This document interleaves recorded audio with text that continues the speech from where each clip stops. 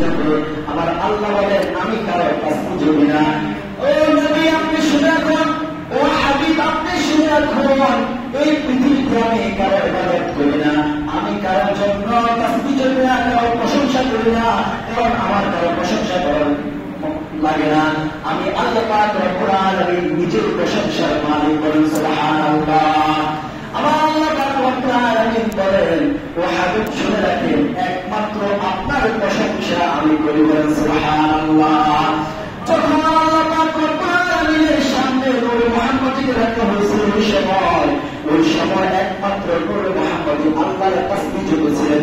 আর আল্লাহ পাক রব্বুল আলামিন নূর মুহাম্মদকে দেখে দেখে দুনিয়া সৃষ্টির জন্য তিনি পরিকল্পনা করে দিলেন। বলেন সুবহানাল্লাহ।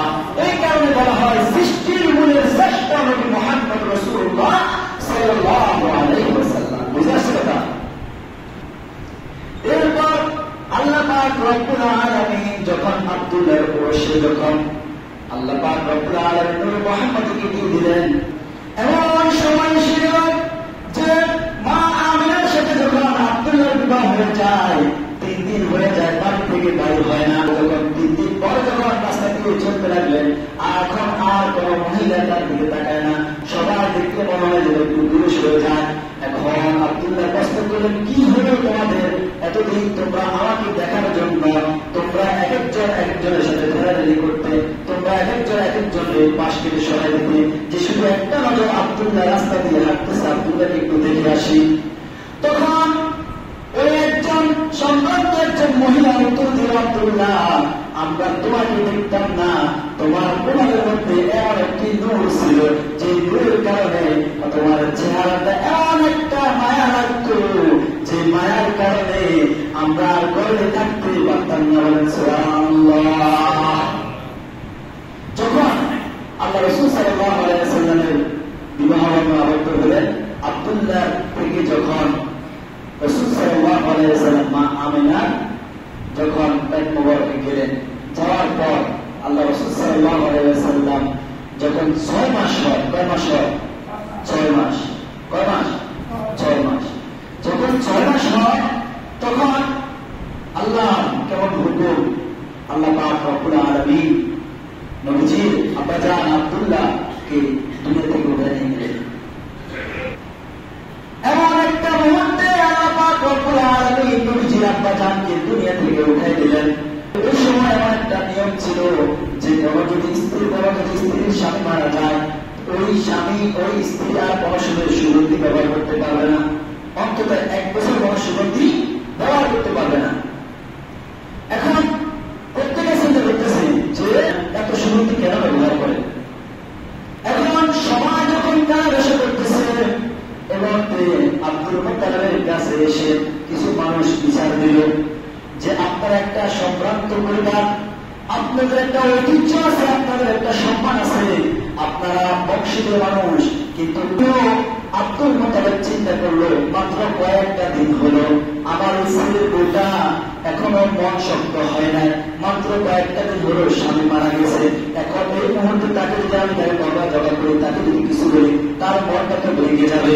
তার মনে আল্লাহ রাসূল সাল্লাল্লাহু আলাইহি ওয়াসাল্লামের দাদা এবং দাদি দুজনে মিলে রাত্রি গভীর অন্ধকারে তারা দুজনে বসলো।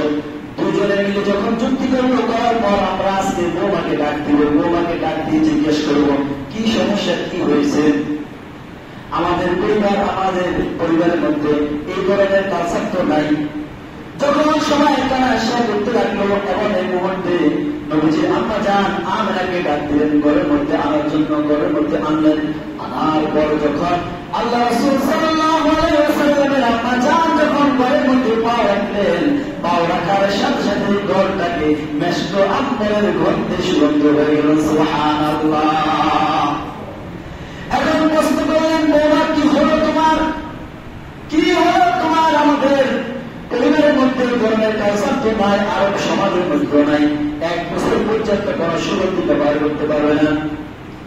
তখন হঠাৎ করে যে আম্মা জান বলে উঠলেন, আব্বা জান আপনি শুনে এখন আমি কোন মেশক আম্বর ব্যবহার করি নাই, যেদিন থেকে শিশু মুহাম্মদ সাল্লাল্লাহু আলাইহি ওয়াসাল্লাম আমার ঘরের মধ্যে আসলেন, ওই দিন থেকে আমার একটা সুগন্ধে বাসিত হয়ে গেছে। সুবহানাল্লাহ। শুধু তেমন নয়, যখন আমি ঘর থেকে বাইর হয়ে উত্তপ্ত বালু করার মধ্যে যখন আমি পা রাখি, পাথরগুলো যখন গরম হয়ে থাকে, ওই মুহূর্তে যখন আমি পা রাখি, আল্লাহ পাক রব্বুল আলামিন আমার পায়ের মধ্যে এয়ার কন্ডিশন ফিট করে দেন। সুবহানাল্লাহ। এইভাবে বলতে লাগলেন, আমি যখন পানি আনতে যাই, পানি যখন আনতে যাই, আর যখন কুয়ার সামনে যাই দাঁড়াই, তখন আমার যান যখন কুয়ার পারে যাইতে, তখন কুয়ার পানিগুলো নিচের পানিগুলা উপরে চলে আসতেন। এইভাবে যখন চলে আসতেন, তিনি যান পানি নিয়ে আসেন। এইভাবে যখন পানি আনা নেওয়া করতে রইলেন, হঠাৎ করে আমেনার বান্ধবীরা দেখল যে কি ব্যাপার, আমরা এত কষ্ট করে বালতি কেটে পানি উঠাতে পারি না, আমরা কি গেলে কি পানি উপরে বাসমান থাকে আর আমেনা পানি নিয়ে চলে আসে। এখন আমেনা যখন পানির জন্য যেও, সবাই আমেনার সামনে লাইন ধরে, এখন যেও না, তুমি এখন যেও না, আমাদের কাছে থাকো, যতক্ষণ পর্যন্ত আমরা পানি কুড়াতে পারবো না, ততক্ষণ পর্যন্ত আমরা কলসি করে আমরা বাড়িতে নিয়ে আসবো। বলেন সুবহানাল্লাহ। এইভাবে আল্লাহ রাসূল সাল্লাল্লাহু আলাইহি ওয়াসাল্লাম আম্মাজান যখন পানি কুড়াতে যাইতেন, তখন আম্মাজানের সাথে ওরা বান্ধবী যারা ছিলেন তারা যাইতেন, তারা পানি কুড়িয়ে পানি নেওয়ার পর আর আম্মাজানের কলসটাকে কি করতেন, যে পানি পর্যন্ত দিয়ে আসতেন। এইভাবে সুবহানাল্লাহ। এগুলো কি আল্লাহর ভালোবাসা রাসূলের প্রতি, এটা আল্লাহর ভালোবাসা রাসূলের প্রতি। এইভাবে যখন কিছুদিন পার হয়ে যায়, আল্লাহ রাসূল সাল্লাল্লাহু আলাইহি ওয়াসাল্লাম যখন দুনিয়ায় আসার, শিশু মুহাম্মদ দুনিয়াতে আসবে, কোনো ব্যথা নাই, কোনো কিছু নাই, 9 মাস হয়ে যায়, কোনো ব্যথা নাই, কিন্তু আল্লাহ পাক রব্বুল আলামিন তো জানেন দুনিয়াতে তিনি তার নবীকে আগমন ঘটাবেন। আল্লাহ রাসূল সাল্লাল্লাহু আলাইহি ওয়াসাল্লাম যখন দুনিয়াতে আসবেন, আমি আপনি আগে আসি, আমাদের আগে আসেন, মাথা আগে আসে মাথা, আর রাসূল সাল্লাল্লাহু আলাইহি ওয়াসাল্লামের আগে পাও মোবারক জমিনে নামলো, আর জমিনে নামার সাথে সাথে আল্লাহ পাক রব্বুল আলামিন আরশে আজিম থেকে ঘোষণা করলেন, আজ থেকে পৃথিবীর বুকের মধ্যে আপনার উম্মতেরা যে যেখানে থাকবে ওই স্থানটা আমি নামাজের জন্য কবুল করে নিলাম। সুবহানাল্লাহ। আর যখন আল্লাহ রাসূল সাল্লাল্লাহু আলাইহি ওয়াসাল্লাম দেখেন জন্মের কেমন কাহিনী, যখন রাসূল সাল্লাল্লাহু আলাইহি ওয়াসাল্লাম জন্মগ্রহণ করলেন, জন্মগ্রহণ করার সাথে সাথে তিনি পর্যন্ত আল্লাহ পাক রব্বুল আলামিন আলোকিত করে দিলেন। সুবহানাল্লাহ। কিভাবে তাকে ভালোবাসে কে? স্বয়ং আল্লাহ, স্বয়ং আল্লাহ পাক রব্বুল আলামিন তিনি তাকে ভালোবাসেন। আল্লাহ পাক রব্বুল আলামিন এই জমিন থেকে সকল অন্ধকার দূর করে দিয়ে, ঝুলবান দূর করে দিয়ে আল্লাহ পাক রব্বুল আলামিনের রহমতের বাড়ি দ্বারা বসাই দিলেন। বলেন সুবহানাল্লাহ। আমাদের জাতীয় কবি কাজী নজরুল ইসলাম তিনি বলেছিলেন, দেখ আমি না মায়ের কোলে দোলে শিশু ইসলাম দোলে, কসিমকে শাহাদাত বাণী সে শোনায়, আয়ের সাগর আকাশ বাতাস দেখি যদি আয়, আয়ের সাগর আয়, আয়ের সাগর আকাশ বাতাস দেখি যদি আয়। কুরবানের প্রিয় মুহাম্মদ, ত্রিভুবনের প্রিয় মুহাম্মদ এলো রে দুনিয়ায়, আয়ের সাগর আকাশ বাতাস দেখি যদি আয়, আয়ের সাগর আকাশ বাতাস দেখি যদি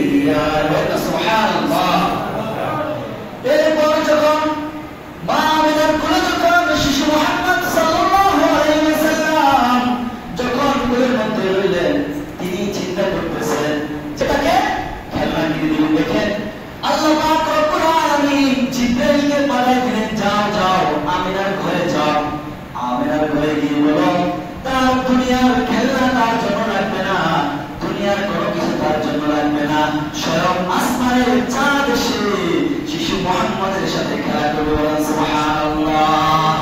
শিশু মুহাম্মদকে দোলনার মধ্যে শোয়াই দিলেন। শোয়াই দেওয়ার সাথে সাথে হঠাৎ করে তিনি আসমানের দিকে তাকালেন। তাকানোর সাথে সাথে দেখতে পেলেন আসমানের চন্দ্রগুলো, তারাগুলো যেন সবাই একসাথে যেন চলে আসতেছে, এমন ভাবে আসতেছে মনে হয় যেন শিশু মুহাম্মদকে এই মুহূর্তে গ্রাস করে ফেলবে। কিছুক্ষণ পর আসার পর দেখতে পেলেন তারা সামনের দিকে আসে না। শিশু মুহাম্মদ সাল্লাল্লাহু আলাইহি ওয়াসাল্লাম যদি মাথা নাড়ায়, চাঁদটাও এইভাবে নাড়ায় থাকে, বলেন সুবহানাল্লাহ। যখন শিশু মুহাম্মদ সাল্লাল্লাহু আলাইহি ওয়াসাল্লাম যখন একটু সামনের দিকে এগিয়ে যায়, সাথে সাথে আসমানের তারাগুলো তার সাথে খেলা করতে থাকে, বলেন সুবহানাল্লাহ। এই দৃশ্য যখন দেখে তখন তিনি চিন্তা করতে থাকেন, আমার এই নাতি কোন সাধারণ নাতি নয়, এই নাতি কোন সাধারণ নাতি নয়। এই মুহাম্মদের নাম আল্লাহ পাক রব্বুল আলামিন আসমানে আগে আহমদ রেখে দিয়েছেন, বলেন সুবহানাল্লাহ। আগে আসমানে নাম হবে আহমদ, জমিনে হবে মুহাম্মদ। মুহাম্মদ মানে প্রশংসাকারী। আমার রাসূল সাল্লাল্লাহু আলাইহি ওয়াসাল্লামের প্রশংসা কে করেছেন? আল্লাহ।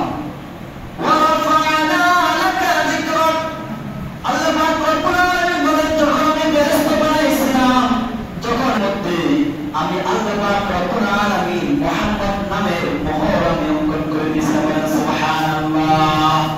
এরপর যখন আল্লাহ পাক রব্বুল আলামিন আসমানের তারাগুলো, চন্দ্রগুলো যখন আল্লাহ রাসূল সাল্লাল্লাহু আলাইহি ওয়াসাল্লামের দরবার সামনে এনে দিলেন, আল্লাহ রাসূল সাল্লাল্লাহু আলাইহি ওয়াসাল্লাম এগুলো দেখেন আর হাসেন, এগুলোর সাথে তিনি খেলা করেন।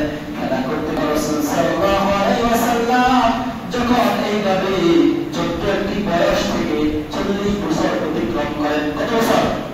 40 বছর। সাল্লাল্লাহু আলাইহি ওয়াসাল্লাম যে রাস্তা দিয়ে হেঁটে যায়, ওই রাস্তার মধ্যে যদি রৌদ্র থাকে, আল্লাহ পাক রব্বুল আলামিনের আসমানের মেঘগুলো তার মাথার উপরে চলে আসে, বলেন সুবহানাল্লাহ।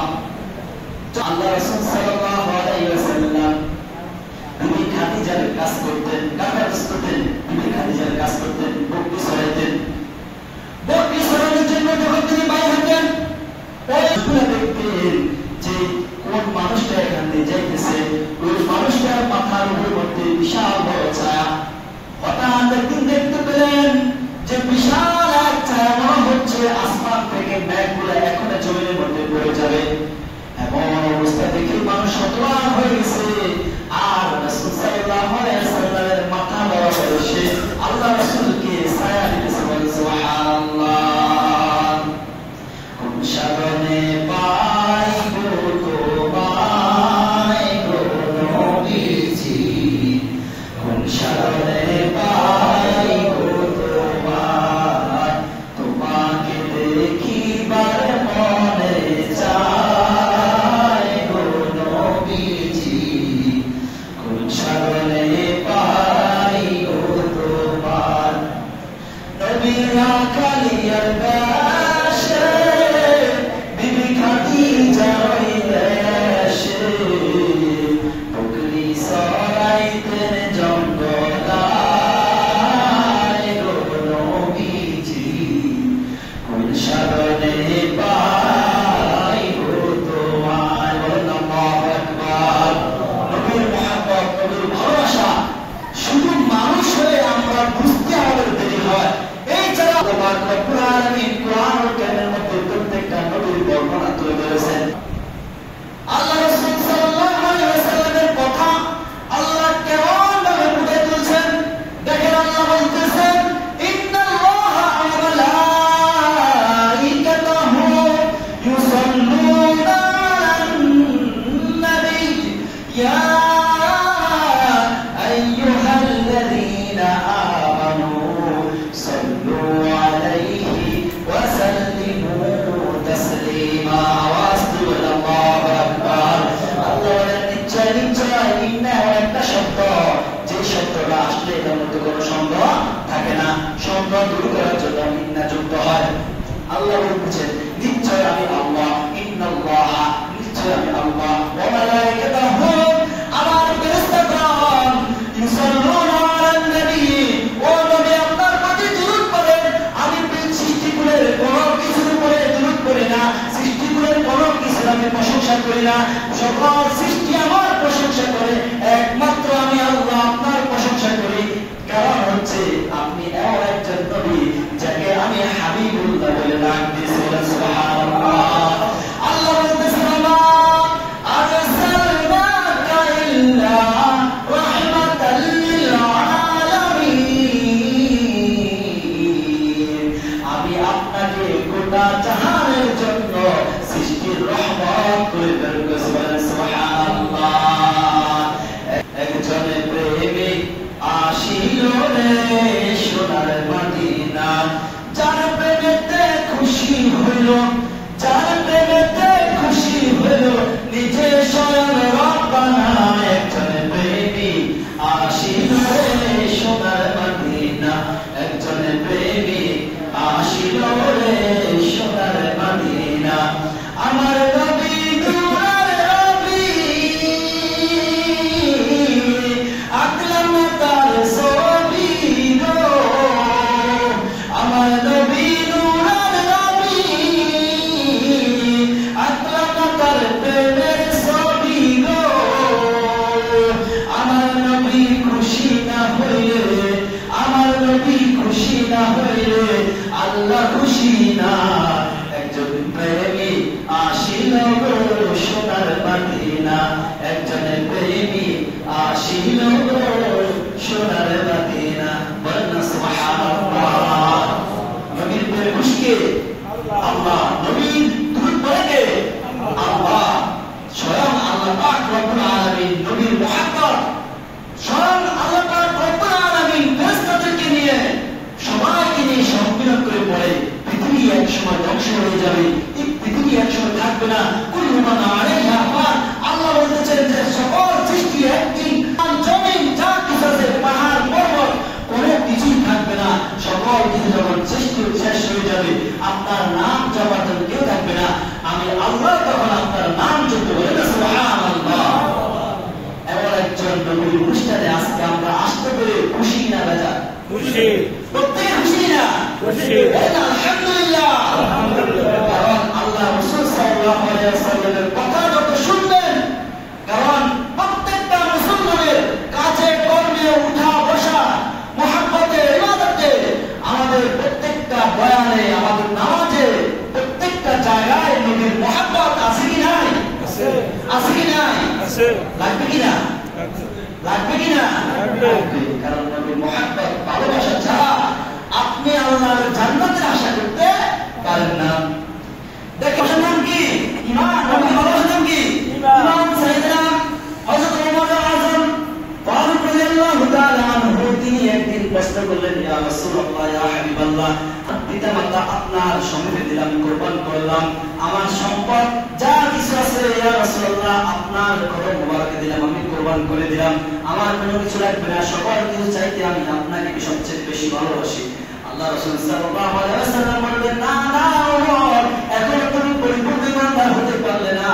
তখন ওমর রাদিয়াল্লাহু তাআলা তিনি বলে উঠলেন যে, ইয়া রাসূলুল্লাহ, ইয়া হাবিবাল্লাহ, আমি আমার নিজের জানের চাইতে, আমার জান যার হাতে তার শপথ করে বলছি, আমি আমার জানের চাইতে আপনার নবীকে আমি সবচেয়ে বেশি ভালোবাসি।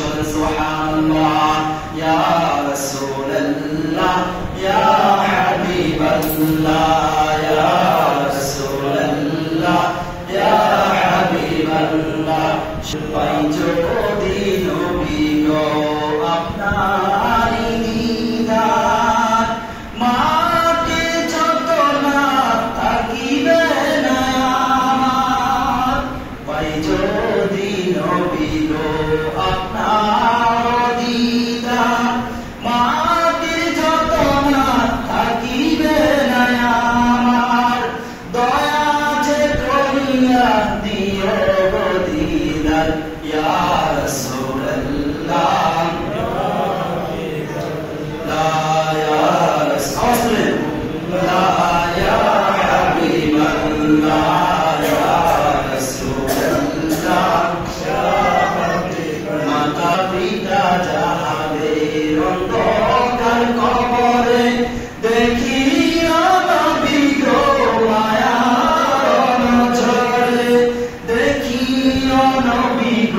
মায়া